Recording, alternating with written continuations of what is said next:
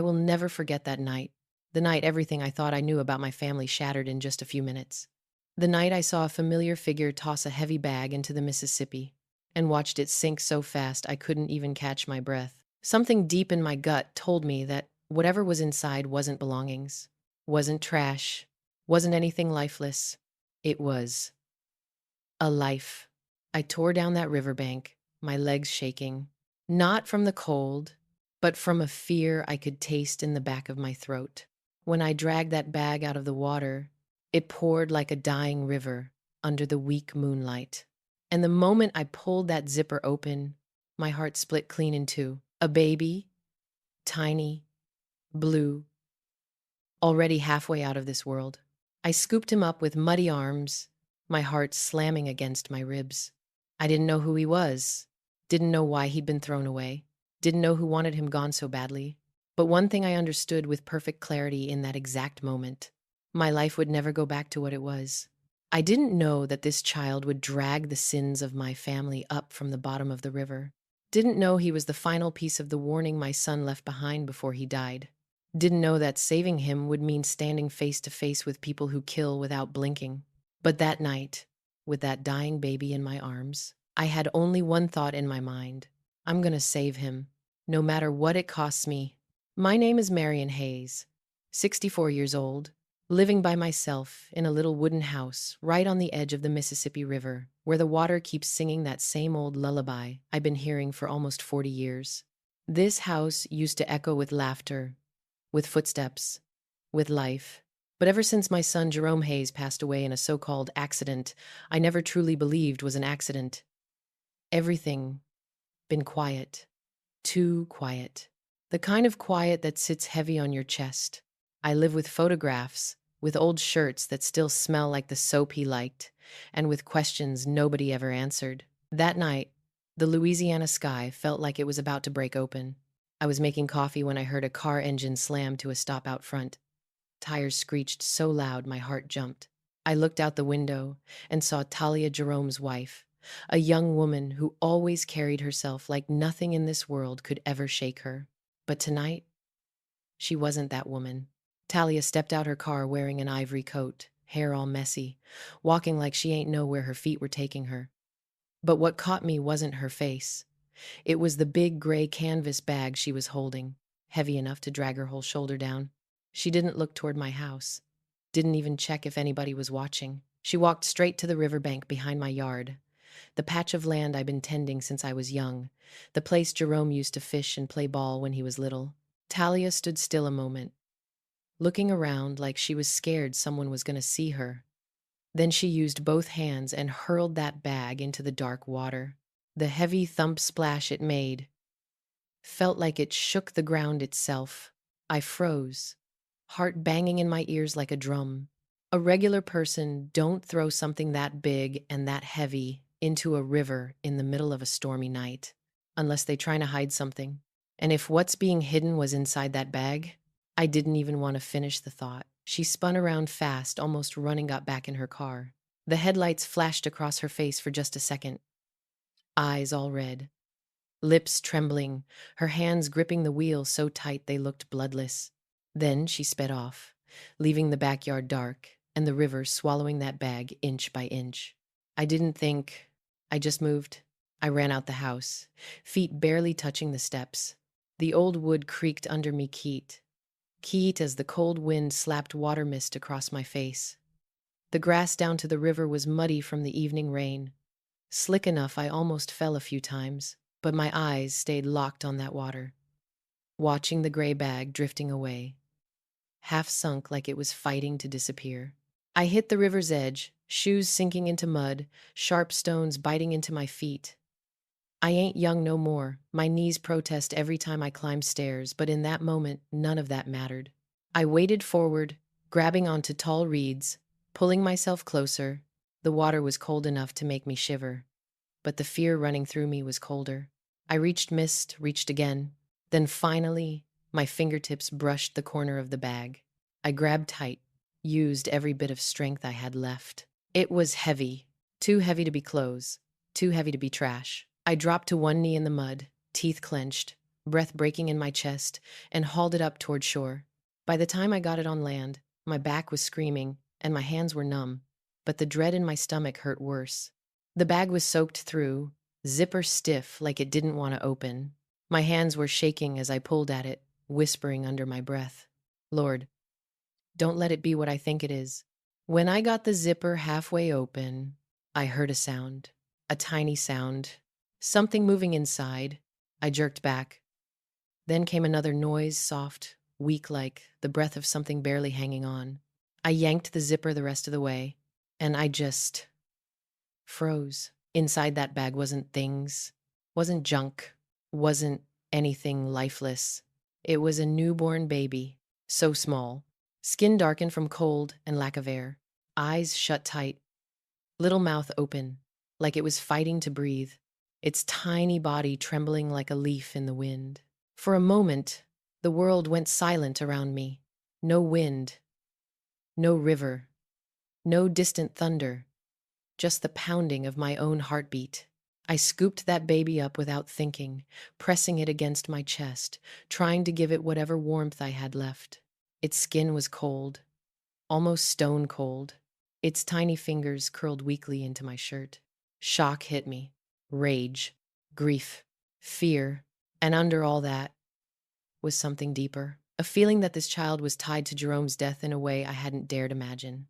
I didn't know who the baby was, but I knew one thing with absolute certainty. Talia tried to kill it. My hands were wet from the river, slipping on my phone as I tried to dial 911. I missed the numbers once, twice, but the third time it rang. When the dispatcher answered, my voice came out broken, almost a scream. I found a baby. In the river. Please send an ambulance. Hurry, please." Holding the child tight, I ran back toward the house, legs heavy with water and mud. I wasn't sure, but my heart whispered something terrifying. This baby might be my grandchild. The night air roared in my ears like a scream. I didn't know what waited for me after this, but deep inside, I felt it. I hadn't just pulled a life out that river. I'd pulled up the first piece of a truth my family had buried long, long ago. I damn near forgot how I even made it back into the house. Everything felt like a blur, like I was running through a storm inside my own head. It wasn't until the front door slammed shut behind me that I realized my breath was breaking apart, my arms shaking around the baby like they didn't belong to me no more. The old yellow lamp in the living room cast this soft glow over the child's tiny face, and Lord, that made the fear hit even harder. The baby's skin was still cold, chest rising and falling so weak it looked like a candle flickering right before it goes out. The 911 operator was still talking, asking me something. But the only words I truly heard were, "The ambulance is on the way." I knelt down on my worn-out rug, set the baby in my lap, and held them tight against me, trying to keep some warmth in that little body. My mind was spinning. Why would anybody throw a baby into a river? And why would Talia, the same woman who once called me Mama Hayes, do something so cruel? Memories rushed me all at once. The nights I held her when Jerome was alive, the tense dinners where I was the only one trying to make peace, the arguments she'd walk away from with those cold, distant eyes. But I had never seen her like she was tonight. Never. When I heard the ambulance siren rolling up the road, relief hit me so hard my knees almost gave out. A moment later, 2 EMTs knocked on the door, soaked from the storm that had finally broken open. The second they laid eyes on the baby, they scooped them up fast and started checking vitals. I stepped back, twisting my hands together, heart clenching every time I heard them say things like, "Weak respiration, hypothermic, get the oxygen ready." One of them looked my way and asked, "Where'd you find the baby?" I swallowed hard, lips dry like salt in the river, inside a bag. It floated up from behind my house. They exchanged a quick look but kept working, then told me to ride with them to the hospital to give a statement. Before I walked out, I glanced around my living room, the light still on, the armchair where Jerome used to sit and watch baseball still sitting there, and suddenly it felt like I'd stepped into somebody else's nightmare. At Earl K. Long Memorial Hospital, the smell of disinfectant and the bright white lights made my head spin. They rushed the baby into the neonatal emergency unit the moment we arrived. I wasn't allowed past the hallway because I had no confirmed relation. That phrase cut deeper than I expected. I stood there hugging my arms, trying to breathe steady, listening to footsteps rushing around and machines beeping behind the isolation doors. A black nurse in her 40s walked up to me. Her badge said Nurse Colleen. She had one of those warm faces that made you feel seen even when you couldn't speak. "You're the one who called 911. I nodded. My throat felt locked shut. "You saved that baby," she said, her voice soft but firm. "If you hadn't pulled that bag out the river when you did, that child wouldn't have made it through the night." My legs damn near buckled. I leaned against the wall as the tears came hot, heavy. Not from exhaustion, but from the fear of what almost happened. I whispered, barely able to get it out. "The baby.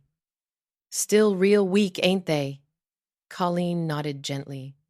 "They're showing signs of oxygen deprivation and hypothermia, but the heart is responding. We're doing everything we can." Right then, a police officer approached. A tall, broad man with a stern face, Officer Landers. He asked me everything. What I saw, what time it happened, if anyone else was nearby, if I knew who threw the bag into the water. I hesitated, just a moment, because saying her name out loud felt like ripping open something inside me. But the image of that bag sinking under the river came back sharp as daylight. I I think it was my daughter-in-law," I said. "I'm sure it was her." Landers wrote it down quick, face unreadable.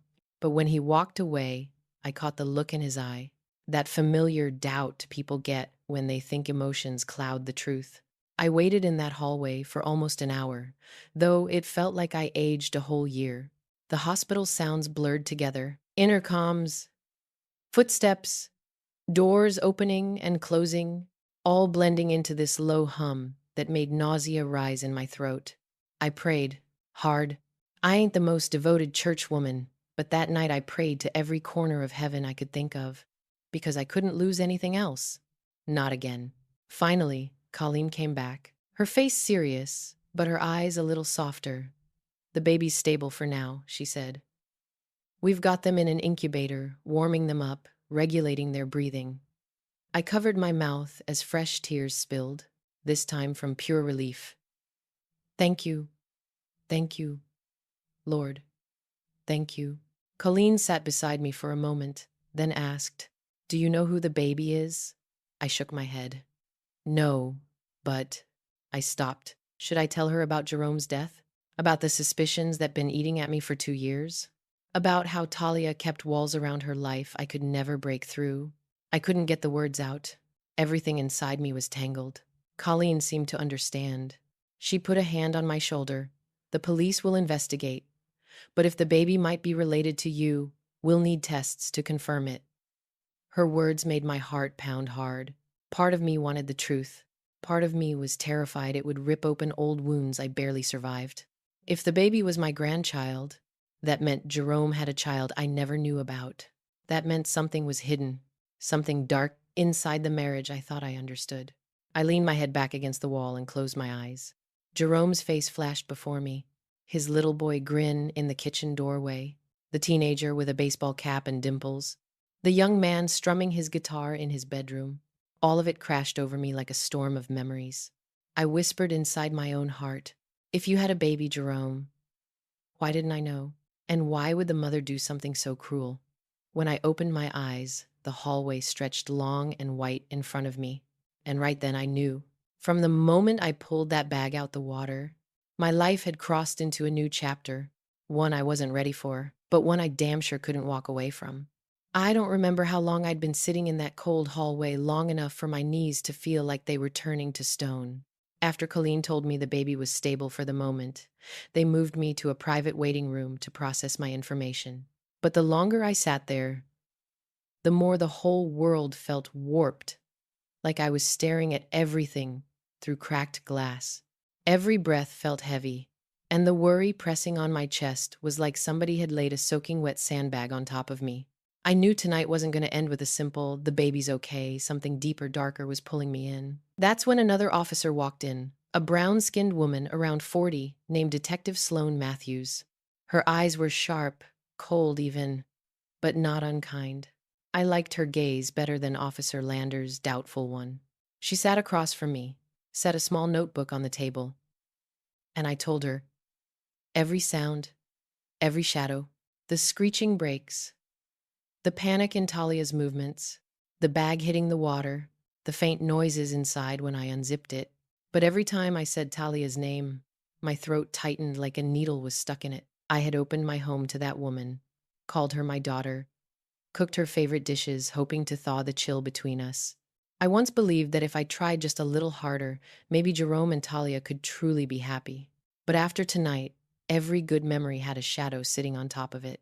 When I finished, Detective Matthews stared at me for a long time, measuring the line between trust and duty. "You're certain the person you saw was Talia Hayes?" I swallowed, gripping the edge of my coat. "I'm sure. I lived next to her for 10 years. I can't mistake her walk or her stance." "Did the two of you have any conflict before this?" That question hit me like a slap. I knew she was checking whether I had a reason to lie. I took a deep breath.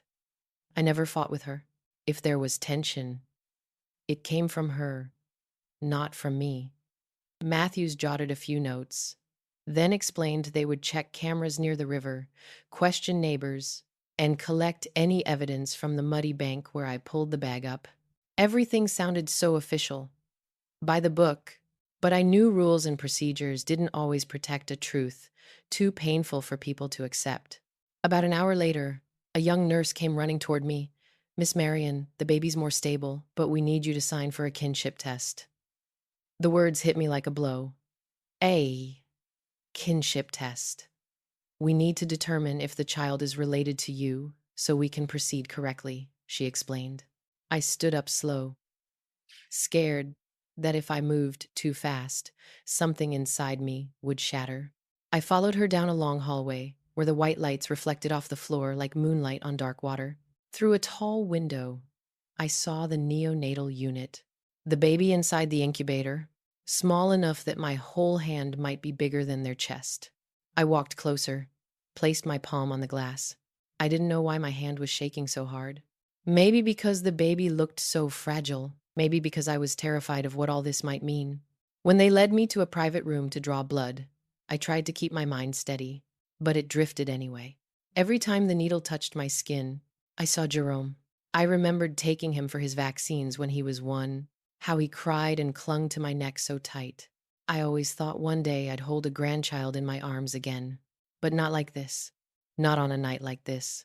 Not a baby pulled from a river like some discarded thing. Just as I was leaving the room, Detective Matthews appeared again. Her voice was calm, too calm. "We found footprints near the riverbank," she said. "Some match a woman's shoe size. But there's something else you need to know." I looked straight into her eyes. "We got traffic camera footage, about a block from your house. Talia's car showed up around the time you say you saw her at the river. But the direction wasn't toward your house. It was heading the opposite way." For a moment, all I heard was the blood rushing in my ears. "You're saying she couldn't have been at the river? We're not concluding that," she said quickly. "She could have switched cars, or someone else could have been driving hers. But right now, the camera time creates a contradiction." A cold chill crawled down my spine, not because I doubted myself, but because I knew this would make everything harder. Worse, they might think I was confused, imagining things, or letting grief twist my memory. I shook my head hard. "I know who I saw. I ain't mistaken." Matthews nodded, but her eyes told me she had to consider every angle. That was her job. But the truth inside me was carved sharp as a blade. When she left, I turned back to the incubator. The baby's eyes were still shut tight, but something about the chin, the curve of that tiny nose, made my heart seize up. I didn't want to believe anything too soon, but some part of me already knew. If this baby is connected to Jerome, then this story is far bigger and far darker than I ever imagined. I stood there a long time, listening to the monitor beep, beep, beep, beep, steady, fragile, like the child's life was hanging by a single thin thread. And I knew if nobody stood up for them, That thread could snap at any moment. Then, from somewhere deep inside my memory, the night Jerome died came rushing back. The midnight phone call, rain pouring in sheets, the news his car had skidded off the highway. Something about that death had never sat right with me. And now, staring at this tiny life fighting to breathe, I could feel it. That missing piece of the puzzle was getting closer.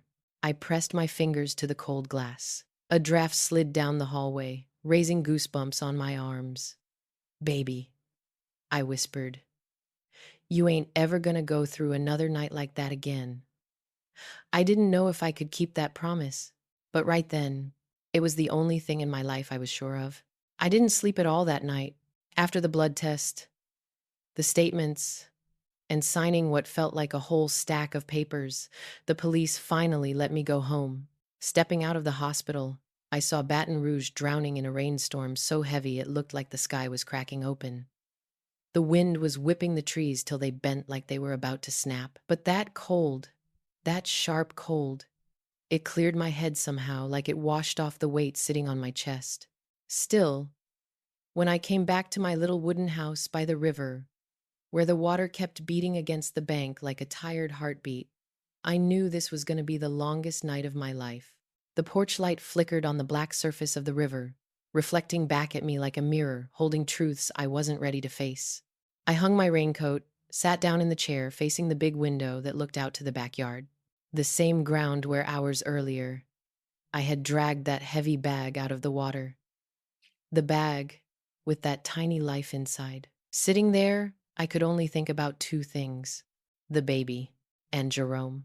Ever since Jerome died, I'd felt like nobody ever gave me the real story. Everything had been too clean, too quick, too tidy.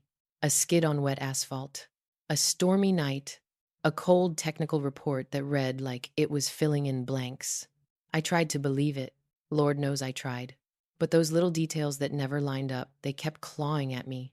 And now, with this child, this unknown little soul, suddenly surfacing in my life, there was no denying it anymore. A thread tied the baby, Jerome's death, and Talia's cruelty together, and that thread was tightening. I turned on the table lamp and pulled out a wooden box I'd kept untouched for almost 2 years. Inside were Jerome's things, his watch, a silver chain, and a small notebook I had never dared to open. Jerome was a private man. He held in anything he didn't want folks to worry about. After he passed, I couldn't bring myself to read what was inside that notebook. I was scared of what words I'd find, scared they'd break me. But tonight I couldn't run from it anymore. I opened it. The first page held only one line, written quick, like someone's hands were shaking. If I don't say it myself, who's going to say it for me? I didn't know who Jerome meant, but the uneasy curl in his handwriting told me he wasn't calm when he wrote it. I flipped through a few pages. Most were simple notes, chores, errands, reminders, but around the middle of the notebook, everything changed. The writing pressed deep into the paper, slanted, words written over words like he was rushing through panic. My heart dropped as I read. She ain't talking to me no more, she hiding something. Went out again at 2 a.m., I asked her. She lied. Something is real wrong. I had to stop and breathe because my hands were shaking too bad. But I knew that was only the beginning. I turned the page. Why she keep her phone on her every second? Heard her arguing with somebody. A man, she said. I'll make sure it's gone from my life. My heart clenched like a fist inside my chest. My vision blurred. I forced myself to keep going. I can't believe the woman I married said that. If anything happens to me, Mama, don't believe what they say. That line nearly made me drop the whole notebook. I set it down like it burned my hands. Tears fell fast. Jerome had never written like that, never spoken like that. And it wasn't an accident, he wrote Mama in that last plea. He was talking to me, calling out to me, 2 years too late for me to hear him. I wiped my face, picked the notebook back up. Some pages near the back had torn corners, like Jerome had ripped them out, either to hide something or destroy it. But one line near the end froze the air around me. I need to give that file to someone who'll believe me. What file? Why didn't he give it to me? Why did he die before he could? Questions swarmed me till I couldn't sit still. I stood up, walked to the window, overlooking the backyard. The storm had quieted, but the air still smelled of river water and wet earth. Moonlight broke through torn clouds, shining on the muddy grass where my footprints were still fresh. Everything felt connected. Talia, the baby, Jerome's death, this notebook, that warning he left behind. I needed guidance. I needed somebody to stand with me, because walking through this alone felt like drowning. I grabbed my phone and called the only person I trusted, Adele, my cousin. She'd been by my side ever since Jerome died. A music teacher at a high school, living 30 minutes away. A strong, steady woman, one of those people who can pull you upright even when the world is falling sideways. She picked up, her voice warm and low. "Marion? It's late. What's wrong?" But I told her everything. The baby in the river, Talia, the police doubting me, the notebook. Adele stayed quiet for a long, long moment. Finally, she said, "Girl, this ain't an accident no more. This is a pattern. Jerome tried to tell somebody something, and that baby is the key. But what if it wasn't Talia at the river?" I whispered, panic crawling up my chest. Adele's voice came through firm, steady. "Somebody's involved. Nothing about this is random. You need to be careful. Don't let nobody in your house. And keep that notebook on you." I looked around my empty home, so warm by day, but tonight full of shadows that felt like they were watching me. And I realized something had shifted. I wasn't just a mother grieving her son anymore. I was a witness, a threat to someone. After hanging up, I locked every door, pulled every curtain, just like Adele said. Then I sat back down, opened the notebook again. This time, I read each word with a painful, sharp clarity. Jerome had left me clues. I'd just been 2 years too late to see them. When I closed the notebook and pressed it against my chest, holding it like a piece of my son still breathing, I understood. I was standing at the start of a road with no turning back. What happened tonight was just the door creaking open, and behind it was darkness thick enough to swallow a person whole. But I had to walk into it. For Jerome, for that baby in the incubator, and for myself, I turned off the light and sat in the dark, the smell of wet grass still clinging to my sleeves. And for the first time in 2 years, I was angry. Angry at the lies. Angry at the violence that touched my family. Angry that truth had been buried so deep. And out of that anger, something else began to rise. Determination. I went back to the hospital the next morning, after a night where sleep never even touched me. The sky was gray, washed out, with thin fog hanging low over the road leading into downtown Baton Rouge. Even the neon lights of the hospital looked colder than usual, maybe because I was carrying too much fear and suspicion inside me to see anything warm at all. Colleen met me at the entrance. She looked tired, but less shaken than the night before. "The baby's stabilizing," she said. "Breathing's better, but we still need to monitor them closely." Her voice loosened a weight that had been crushing my chest all night. I stood still for a few seconds, breathing deep, then quickly asked, "What about the DNA test?" Colleen hesitated. "Lab's processing it. It could come back any minute now." I stared at the doors to the neonatal unit, not sure whether I should hope or be terrified. If that baby was my grandchild, that meant Jerome had a child he never once mentioned. That meant his marriage to Talia had layers, dark ones I never saw. I walked up to the large viewing window. The baby inside the incubator didn't look as blue and lifeless as last night. A tiny hand rested on the blanket, fingers curling slightly like they were reaching for safety. This child had nearly been thrown into the cold dark and erased before even knowing the world existed. I watched for a long time, and something rose in me, warm, painful, and protective all at once. That's when Detective Matthews appeared beside me. I didn't even hear her walk up, just saw her reflection in the glass. "Marion, I need to talk to you." I followed her into a quieter hallway, where the only sound was the hum of the AC and the harsh white lights buzzing overhead. "We reviewed cameras near your house," she said. "Some things don't line up." My body tensed. "What doesn't line up?" Talia's car did show up on Camera Matthews said. But then we found footage of the same car circling back toward the river 12 minutes later. My breath caught. You mean someone else? Or, she said, fixing her eyes on mine. There may have been two people involved. One driving, one throwing the bag. Two people? My heart started pounding so hard it felt like my ribs might crack. The image of the bag sinking, that woman's shaking shoulders, the frantic movement, it all spun in my head like a broken reel. I wasn't mistaken. My voice was small but steady. Even in the dark, I saw her.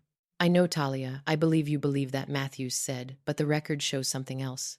Talia claims she was with a friend all night and signed a statement confirming her alibi. And that friend, she paused, swears she was with her the whole time. I let out a hollow laugh. You believe that? I don't believe anybody. Matthews replied calmly. I believe evidence. I wanted to argue, but my throat tightened. If Talia had help, or if someone wanted the trail to point at her, this was darker than I ever imagined. Matthews continued. We also found footprints on the riverbank. They don't match Talia's shoe size. They're bigger. Male-sized. Male. My whole body went cold. I remembered Jerome's words in the notebook. A man's voice. She said, I'll make sure it disappears from my life. A name flashed in my mind. Then I shoved it away. No, no. But denial didn't stop fear from sharpening itself. Matthews spoke low. You need to prepare yourself. We're starting to believe your son's death may not have been an accident. I leaned against the wall, legs gone soft under me. Even though I'd suspected it for 2 years, hearing it said out loud by someone with a badge sliced, something open inside me. I've been thinking that since the day he died. I whispered, but nobody listened. Her voice softened, just a little. We're listening now. I don't know how long I stood there. Time blurred until suddenly a nurse rushed toward us, out of breath. Miss Marion Lab called.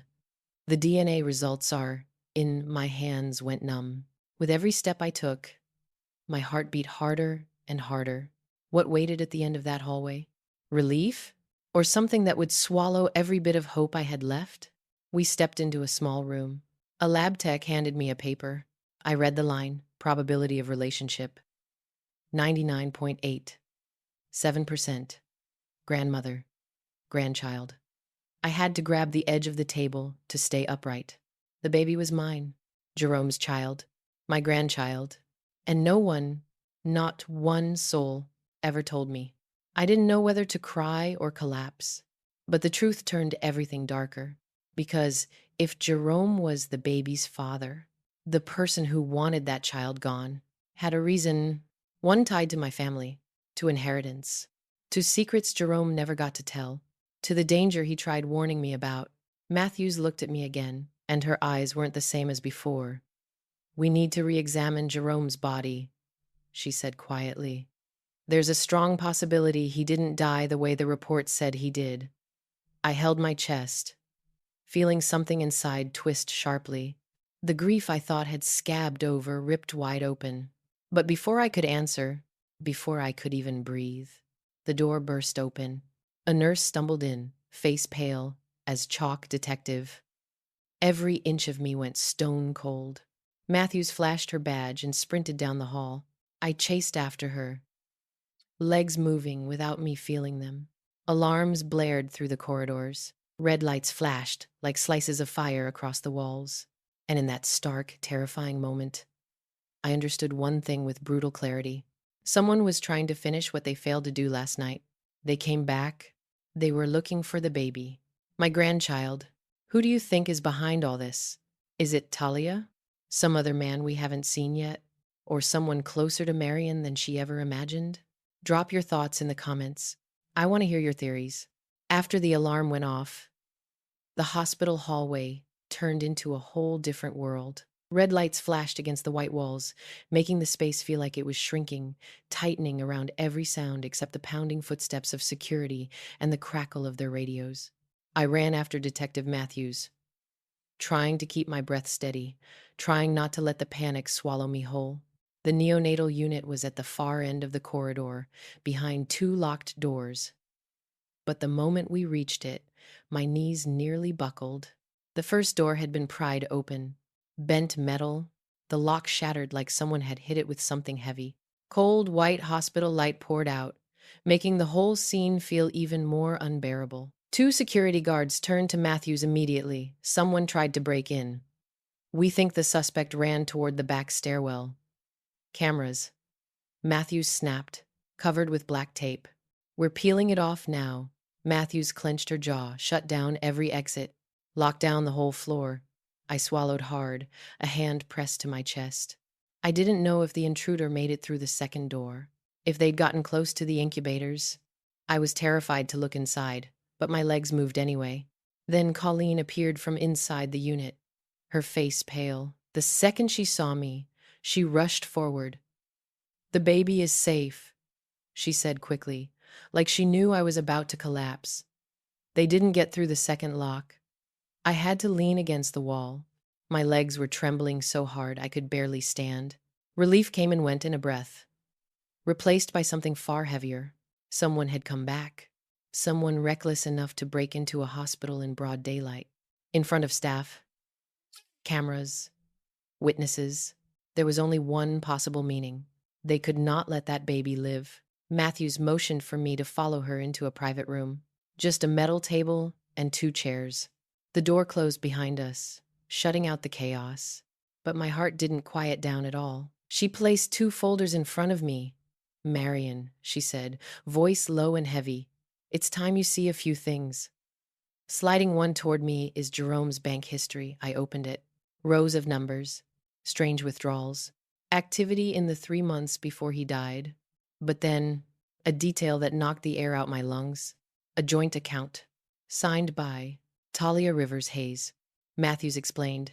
They opened the account together, but the withdrawals, all done by Talia. My stomach twisted. Then Matthews slid the second folder over. "This one is from Jerome's mechanic." I flipped it open, and the first page stopped me cold. "Rear brakes replaced. Must recheck." Printed in a red warning stamp. Matthews said. The mechanic confirmed the brakes on Jerome's car had been tampered with. Before the accident, I covered my mouth, fighting back a sob. I had known in my gut deep, but seeing it in writing turned suspicion into truth. Someone wanted my son dead, and now they wanted to erase the last piece of evidence, the baby. But Matthews wasn't done. Her voice dropped lower. "There's something else." She pulled out a printed still frame from a security camera. "A man was spotted near the neonatal entrance this morning. We couldn't get his face, but we magnified a tattoo on his wrist." My head snapped up. My heartbeat stuttered. "Do you know anyone with a tattoo like this?" Faces flashed through my mind. Jerome's friends, old coworkers, family. And then, that image locked into place. A tattoo, long lines, sharp edges, covering a distinct little mole. A tattoo I'd seen before. A name I had been pushing out of my mind since the very beginning. Calvin, Jerome's best friend, the boy who grew up in and out of my house. The one with the soft southern smile, the sweaty palms when he got nervous, the too gentle voice. The one Jerome barely talked to after marrying Talia, but never told me why. The same Calvin I saw driving Jerome's car the week before he died. The one Jerome brushed off as just helping out. My hands curled into fists, nails dug into my palm. Matthews continued. "The tattoo in the footage matches Calvin Reed almost exactly. And we just confirmed something else. Calvin used to work off and on at the auto shop where Jerome got his repairs." The whole room tilted. I grabbed the table to stay steady. Matthews said, "We're searching for him now. If he broke in here, he's still close." A chill sliced straight through me. Someone out there, maybe steps away, was trying to kill my grandchild. Because that child existed. And I was stuck in this room, helpless, staring at paperwork and truth too cruel to bear. I looked down at the folders again. Jerome's warnings, his notebook, his fear, the secrets he died holding. And the baby, my grandbaby, lying in that incubator, fighting for breath. Then I thought about Calvin, his smile, his handshake, his voice calling me Miss Marion, and I felt a coldness so sharp it hurt. Matthews stood will increase security. But Marion, if Calvin's behind this, he won't stop. I couldn't speak. I saw something in her eyes I hadn't seen before. A detective's fear, the kind reserved for crimes that never make the news, the ones that hide in families and friendships, in places you trust the most. I stood slowly, my legs shaky. Out in the hallway, the white lights were blinding. I looked toward the neonatal unit, where my grandchild was fighting to live. Every tiny breath was a reminder that this wasn't just about Jerome or Talia anymore. This was about a child who never asked for any of it. I pressed my hand to the glass. My heart felt like a stone inside my chest. For the first time in my life, I understood something with absolute clarity. I wasn't just a mother who lost her son. I was the only person standing between that baby and two ruthless forces, a cold-hearted woman and a man who might have murdered my child. I looked at the baby, whispering inside myself, "Ain't nobody gonna touch you again. Not as long as I'm breathing." And in that moment, I knew I had stepped fully into the darkness. The kind of darkness you don't walk back out of. I stayed at the hospital almost the entire day, even though Detective Matthews kept telling me I should go home and rest. Rest? I didn't even know what that word meant anymore. After seeing the neonatal door bent open like that, hearing the guards describe a shadow moving through the cameras, reading what Jerome wrote in his notebook, how was I supposed to go back to that dark, empty house and pretend sleep was still something I could do? I sat on a metal chair in front of the viewing glass to the incubator room. Every time the monitor lights blinked, my heart felt like it was hanging right there with the baby's breath. Since last night, that child wasn't a mystery anymore. He was my grandbaby, Jerome's blood, a living thread tying my son to the present, a tiny life someone had sealed in a bag and thrown into the black, freezing water. And that alone made him a target. I stared at him for hours, searching for pieces of Jerome in that tiny face, the straight bridge of the nose, the slightly pointed chin, the hands too small but with a thumb longer than most babies. Jerome used to fidget with his thumb when he watched TV, something he didn't even know he did, and seeing that little chest rise and fall like the softest whisper, it made my hand go to the glass on instinct. By the time Matthews came back, I had no idea how long I'd been sitting there. She placed a file on the small table next to me. "Marion, we did a preliminary sweep of Talia's house," she said. "There are a few things you need to hear." My stomach tightened. "At her place," Matthews continued, "we found an empty envelope with Jerome's name on it." I blinked. An envelope? What kind? The type used for documents. Same size as what Jerome described in his journal. My mind snapped back to the line I'd read last night. "I need to give that file to somebody who'll believe me." Did Talia find it? Or did Jerome give it to her, thinking she'd stand with him, only to realize she was standing on the other side? Matthews opened the rest of the file. We also found a torn sheet of paper, only a corner left. But it had the signature of a private attorney. I frowned. "An attorney, a lawyer specializing in asset disputes," Matthews said. Then she looked me dead in the eyes. "Jerome was making changes to the beneficiary on his will, and it appears Talia knew." My chest dropped like the floor had opened beneath me. In the last months of his life, Jerome must have known something was wrong. Maybe he felt danger closing in. Maybe he tried to protect his unborn child by rewriting his will. If he left everything, his insurance, his property, his savings to that baby, then removing both father and child would be the easiest way for someone else to claim everything. A burn rose behind my eyes. "You know what this means, don't you?" Matthews said softly. I nodded, even though my throat felt on fire. It meant Jerome died trying to protect a child I never got to meet. It meant the person behind his death was still out there, still determined to finish what they started. Matthews placed a steady hand on my shoulder. "We've filed to temporarily detain Talia for questioning." My emotions tangled into a knot. "You think she's involved?" "We suspect it, but we don't have enough yet." Matthews hesitated, then added quietly, "But Calvin is a different story." The second she said his name, My stomach twisted so sharply, I had to grip the edge of my chair. Calvin's phone records the week Jerome died. Matthews explained, show repeated calls to Talia. At first short, then longer. One lasting almost 30 minutes the night before the accident. I shut my eyes. I didn't want to believe it. Didn't want to let those threads tie themselves together. But they did anyway, cold and sharp like needles. Why? My voice cracked. Why would they do that to Jerome? Matthews looked at me for a long moment. For once, her voice barely above a whisper. Money, control, and possibly because Jerome discovered the relationship, I couldn't hear anymore. I stood up, turning my face toward the incubator so Matthews wouldn't see me breaking. The baby was asleep, peaceful in the saddest way, as if the world outside wasn't clawing to destroy him. I stood there so long, Colleen eventually came to remind me to eat. I couldn't. I just needed to stand near the baby, to reassure myself he was still breathing. When I finally walked out into the quieter hallway to get a drink of water, I leaned against the vending machine to steady myself. And that's when it happened. A shadow slipped across the corner of my vision. I turned fast. At the far end of the hall, right where the hallway bent toward the emergency stairwell, a man stood. Not exactly stood, more like blended into the wall. So still he almost disappeared. I couldn't see his face, just tall shoulders, a thin frame, and a way of standing that felt familiar. My chest tightened. He stood there for a few seconds, not moving, not speaking, just watching me. Then he slowly turned his head. I still couldn't see his face, just a dark shape. But on his wrist, where the light hit just right, I saw it.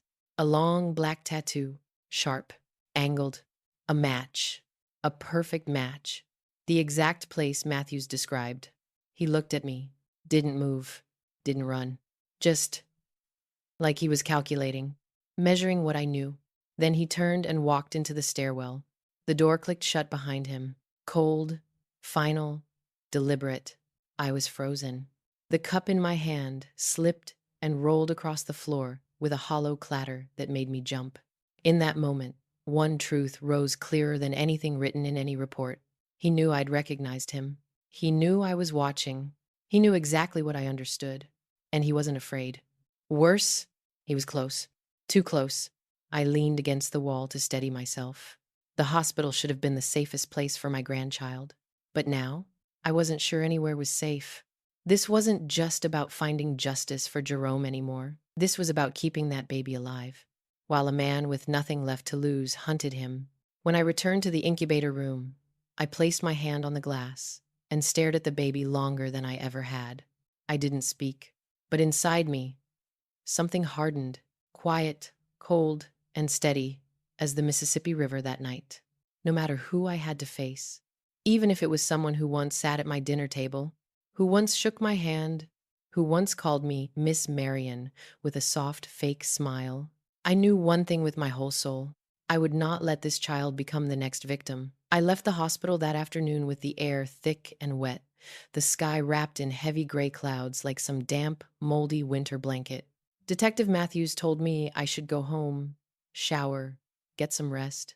But deep down I knew there's no such thing as rest when the man with that tattoo is still out there. And worst of all, he knows I saw him. The road home felt longer than it ever had. I drove slow, watching, listening, breathing carefully. Old oak trees lined both sides of the road, their branches stretching overhead like giant arms ready to hold anything the dark wanted to hide. Every time I passed a narrow bend, I checked my rearview mirror, searching for any car that might be trailing me. I didn't see anything, but the feeling of being watched clung to me like smoke in old clothes. When I finally reached the house, I sat in the car for a long time in the driveway. River wind rushed across the yard, bending the grass out back almost flat. I looked toward the riverbank, the place where, just days ago, I'd pulled that cursed bag out of the water. In the gloomy afternoon, the surface of the river rippled like dark scales, cold and indifferent. I tightened my grip around the keys and went inside. The second I opened the door, I flipped on every light I could reach. locked the door behind me, then checked each window, each latch. Like a ritual, the chill from the wooden floor seeped into my feet, made them tremble a little, but it wasn't the weather. This house used to be the safest place in my world. Tonight it felt too quiet, like it was holding its breath with me. I stood in the middle of the living room, the warm yellow light falling across the family pictures on the wall. Jerome, as a little boy, that big bright smile. A family photo from his high school years, back when everything was still whole. His graduation picture in the deep blue gown, his face shining with so much pride that I still can't look at it too long without feeling pain. I walked slowly over to the small table where I kept Jerome's notebook. I flipped it open to the page with the shaky line, "If anything happens to me, Mama, don't believe what they say." Every time I read it, the words burrow deeper into me. I felt like Jerome was standing right behind me, begging me to finally face the truth I'd been too scared to see.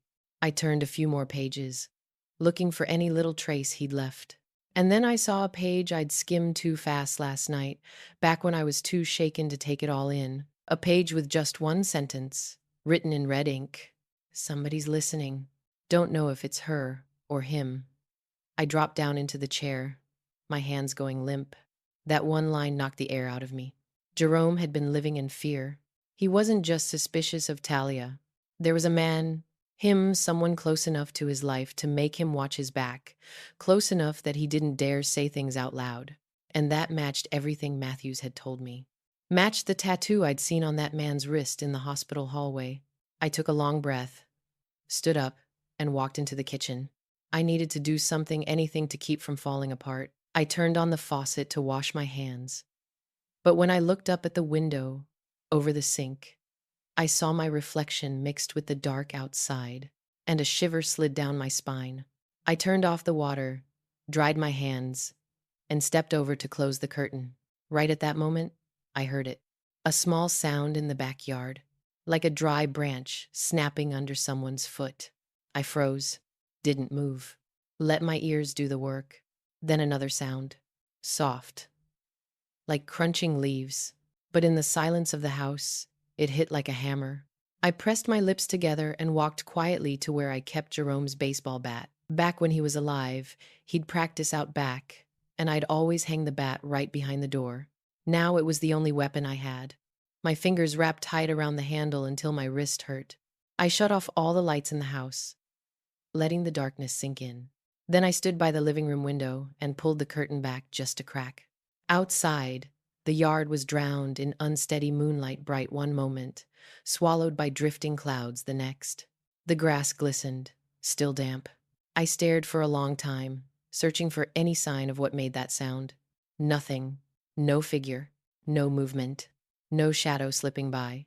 But inside, I knew something had been out there, or was out there still. I set the bat down and glanced at the clock. It was close to 8 p.m. Matthews had said she'd send patrol cars around the area, but I knew they couldn't cover every inch of land. I felt like I was living inside a giant glass box, the enemy somewhere outside, unseen, and me on the inside, trapped with my fear. I went back to the living room, turned on a small lamp, and sat in the chair. I needed to keep my mind steady, not let it spin out. I closed my eyes and rewound everything that had happened since the moment I saw that bag drifting in the river. The images came back as pieces of the same dark puzzle. The woman's silhouette by the river, the baby in the canvas bag, the DNA test confirming he was my grandson, the strange calls between Calvin and Talia, the words, "I'll make sure it disappears from my life," the brake repair invoice, the tattoo in the security footage, the same tattoo in the hospital hallway. All of it pointed to one thing.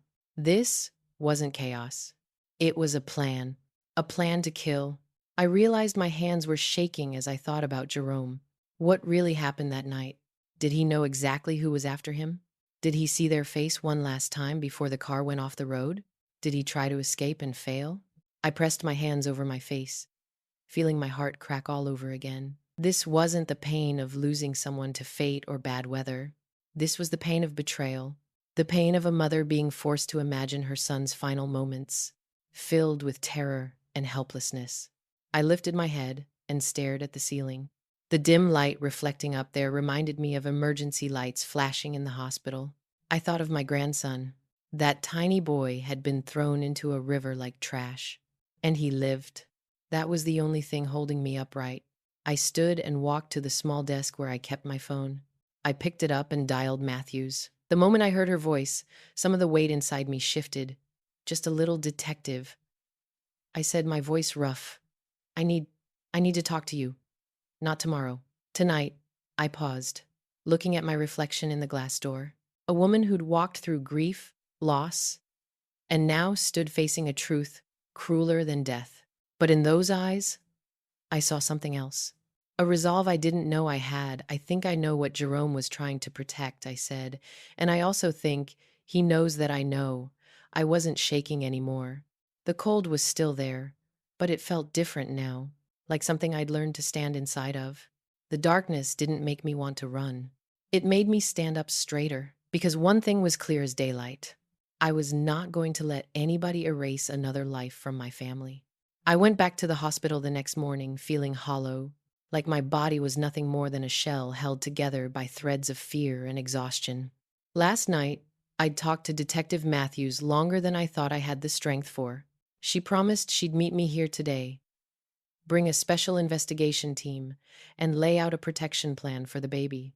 But deep down I knew there is no such thing as a perfect plan. Not when a man like him is still out there, and worst of all, he knows I saw him. The hospital hallway was strangely quiet. No murmurs from other families, no steady hum of medicine carts rolling. Even the overhead speakers felt muted, like the whole place was holding its breath. It reminded me of a cemetery at dawn, peaceful on the surface, but underneath the ground, nothing but haunting. Colleen spotted me from down the hall and hurried over. Her eyes carried a tiredness I rarely saw in someone who'd worked years in a hospital. Baby's okay, but she paused, staring at me longer than usual before finishing quietly. We have to move him. We can't keep him in the neonatal wing anymore. I froze. What do you mean? Didn't y'all secure it already?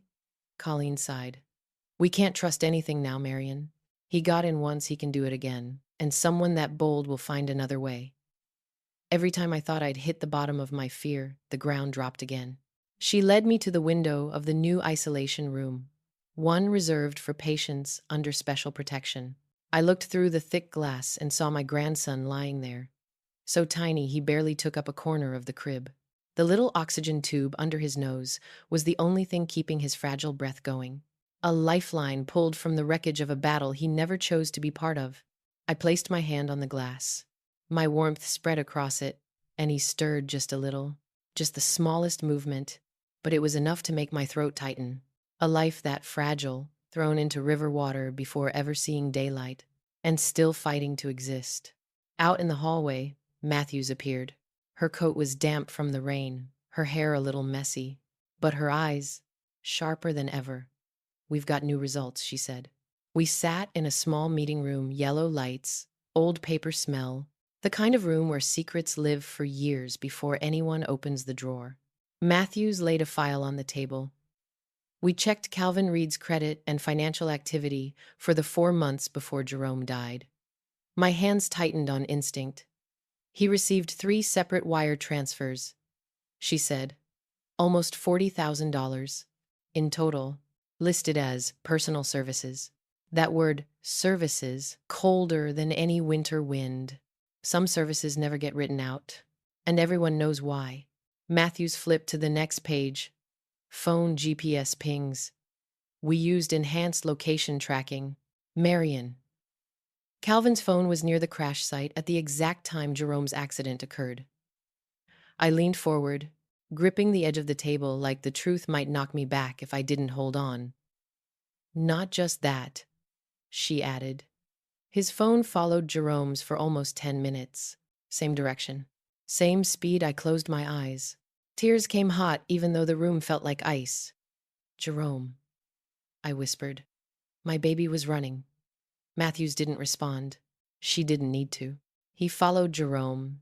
Jerome realized it. Jerome's brakes were tampered with. The rain, the wet road, all just a convenient cover. Then I remembered the line from Jerome's notebook. If anything happens to me, my son knew he was being hunted. He felt death breathing down his neck. I started shaking. But Matthews wasn't done. One more thing, she said. This explains why the baby was targeted. I held my breath. She slid the final paper toward me. Jerome managed to sign a will update. The legal beneficiary is his biological child. My vision blurred. The paper swam in front of me. If the baby dies, Matthews continued slowly, everything automatically goes to the legal spouse, Talia Hayes. Silent, like a grave. I couldn't speak. The grief, all of it crushed together in my chest like a concrete block. Jerome didn't just die because of some scheme. He died trying to protect a child he never got to hold. And from that moment on, both Talia and Calvin had every reason to drown my grandson. Erase the line of inheritance, wipe the slate clean. I sagged into the chair, feeling buried under layers and layers of truth. But Matthews had one final warning. We're taking Talia into custody. But Marion, you need to brace yourself. Calvin's still out there, and he's dangerous. I looked out the fogged window, saw Louisiana trees whipping in the wind. A gray curtain hung across the whole sky, the same color as the shadow I'd been feeling since the night I found that baby. I turned toward the glass where my grandson slept, his eyes closed, his breaths tiny but steady. I placed my hand against the window. Jerome, I said in my heart, you tried to protect your baby. Now it's my turn. No more shaking, no more fear. Only the cold edge of truth and a resolve sharp as a blade. I stood up. Matthews watched me for a moment, then nodded, like she understood exactly what had just settled inside me. I didn't know what waited ahead. Courtrooms, testimonies, backlash, silence, betrayal, or even violence hiding in the dark like some creature with no name. But I knew one thing. I wasn't letting go. Not of Jerome. Not of this baby. I walked into this darkness without a choice. But now that the truth had risen from that cold Mississippi water, I'd carry it all the way to the end. However many ghosts it woke up, and I knew, somewhere down the line, Jerome would see that I never stopped fighting for him. Not once. Not ever. I came back to the hospital the next morning with a feeling I didn't recognize. Not fear, not panic, just emptiness. A hollow so deep I barely knew I was still inside my own body. I walked through those same halls I'd been down 100 times, past shadows of people moving like faceless ghosts. Everything felt far away, like I was walking across some thin bridge stretched over a bottomless drop. When I reached the isolation room, I stopped cold. The lights were dimmer than usual. The monitor's alert light blinked a tired, sickly yellow, and Colleen was standing beside the crib, eyes red and swollen. Marion, she whispered, voice barely a breath. I stepped closer to the crib. My grandbaby lay there, but his face was too still, too quiet. Not the softness of sleep, not the peace of rest. There was no tiny rise and fall of his chest. No steady beep, beep, beep that had become the rhythm of hope these past 2 nights. Colleen tried to speak, but her voice broke halfway through. He got weaker so fast. Early this morning. We did everything we could. I didn't feel the hit. No sharp pain. No scream rising in my throat. No tears. No shaking. Just a vast, endless hollowness. Like the whole world had opened its mouth and sucked every breath out of my lungs. I placed my hand on the glass. It was ice cold. Colleen swallowed hard. He fought too much, Marion. No child should ever have to go through what he did. I didn't look at her. I couldn't. I just stared at his tiny hand, the hand that would never curl around my finger. I pulled him out of that river. I held him warm against my chest. I kept him alive for 2 nights. But in the end, the shadow of grown folks' evil was heavier than that little life could carry. The baby was gone. And nobody, not one single soul, was paying for it. Talia hadn't confessed. Calvin hadn't been caught. Jerome was dead. And now my grandson had followed him into that same cold silence. I walked out into the hallway.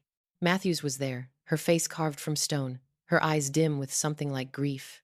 But she didn't speak. She knew there ain't a word in this world that can soften a loss like this. I passed her like a ghost. I couldn't feel my feet, couldn't feel my hands, just movement instinct. By the time I reached the parking lot, it had started to rain. Not heavy, just that slow, steady kind of rain that feels like someone crying so quietly they don't want you to hear it. I stood under the awning, watching the drops slide across the asphalt. 2 years ago, Jerome died in the rain. Today, my grandson died in the rain. Maybe Louisiana was never meant to give my family a day of clear skies. I closed my eyes. And for the first time in my whole life, I understood something. Silence ain't just the absence of noise. Sometimes it's where pain becomes too big, too shapeless to hold on to anymore. A silence so empty it freezes you from the inside out. I opened my eyes again. Far off in the distance, the Mississippi kept rolling. Cold, dark, indifferent, a witness I never asked for to everything that had happened. I turned away and started walking, carrying the last piece of loss I had left. No more lives to protect. No more babies to save. Just the truth, black, heavy, merciless, walking beside me for the rest of my days. I came back to my little house by the Mississippi on the darkest afternoon of my life. No ambulance sirens, no investigators, no newborn cries. Just the river, that same old rhythm of water hitting the shore, the sound that's followed me since the day I was born. And now, the day I lost both my son and my grandbaby. I sat down on the old wooden chair out on the porch, the one Jerome fixed for me when he was 16, back when he still believed the world was safe, and the people we love would live forever. I laid my palm on the worn wood, felt every scratch, every dent, and closed my eyes. Inside that darkness, I saw every face I've buried. Jerome bright like a sunrise over summer fields, and the baby 2 days old, yet he made my heart ache. More than all 60-something years I've lived put together. 2 lives gone the same way, quietly, wrongly, without a single answer. People ask me, Marion, what's left after all that loss? I can't answer that. What's left isn't hope. It isn't justice. It sure ain't peace. What's left is truth. And this truth is heavy, heavy as stone laid across my whole life. The ones who caused all this are still out there breathing. I got nothing left to lose now. And sometimes, the ones with nothing left are the ones you should be most afraid of. I opened my eyes. The sunset had turned the river the color of thinned out blood. The wind cut cold across my skin, but I didn't shiver. I've walked through every shade of fear I had. And underneath the ashes of all this tragedy, I can feel something new forming. Quiet, steady, and impossible to put out. A will to make sure their deaths don't disappear into silence. Maybe I don't have a son anymore. Maybe I don't have a grandchild or a family. But I still have this story, and this story ain't finished. If you've listened all the way to the end, I want to ask you something. What do you think a mother, a grandmother, does when she's pushed to the very last edge of her grief? Leave a comment. Tell me how this story made you feel. If it hit you deep, hit like so I know you're here with me. And don't forget to follow.